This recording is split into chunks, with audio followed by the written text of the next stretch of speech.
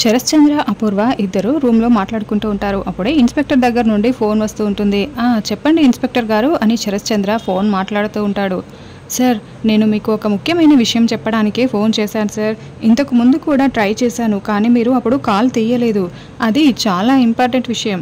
మీరు అనుకుంటున్నట్లు శోభాచంద్ర గారు ఫైర్ యాక్సిడెంట్లో చనిపోలేదు సార్. ప్రీ ప్లాన్డ్ మర్డర్, ఆవిడని చంపేశారు అని ఇన్స్పెక్టర్ చెప్తూ ఉంటాడు.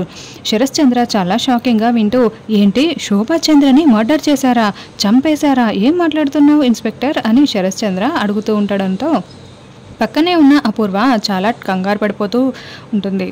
అవును సార్, నేను చెప్తున్నది నిజమే అని ఇన్స్పెక్టర్ అనడంతో, అసలు ఏంటి ఇన్స్పెక్టర్, నువ్వేం మాట్లాడుతున్నావు? నీ దగ్గర ఏం ఎవిడెన్స్ ఉందని నువ్వు ఇంత ఖచ్చితంగా చెప్తున్నావు?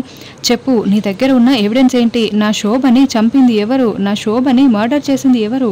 నీ దగ్గర ఉన్న ఎవిడెన్స్ ఏంటో చెప్తావా లేదా అని శరశ్చంద్ర ఫోన్లోనే నిలదీస్తూ ఉంటాడు. అయ్యో, బావకి నిజం తెలియకూడదు అని అపూర్వ చెమటలు పడుతూ చాలా టెన్షన్ పడుతూ ఉంటుంది.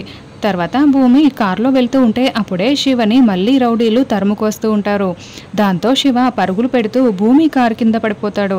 ఎవరు కారుకి అడ్డంగా పడిపోయింది అని భూమి దిగి వచ్చి చూస్తూ ఉంటుంది.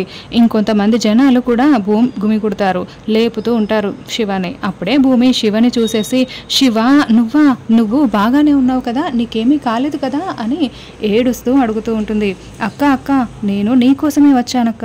ఇదిగో ఈ బొమ్మ అమ్మ నీకు ఇవ్వమని చెప్పిందక్క, అందుకే అక్క నీకోసం వెతుకుతూ వస్తున్నాను, ఇలా బొమ్మని తీసుకొచ్చాను అని శివ బొమ్మని భూమి చేతిలో పెడతాడు. ఇక భూమి ఆ బొమ్మను చూసుకొని శివని చూసి శివకి ఏమైనా గాయమైందేమోనని టెన్షన్ పడుతూ గతం గుర్తు చేసుకుంటూ ఉంటుంది.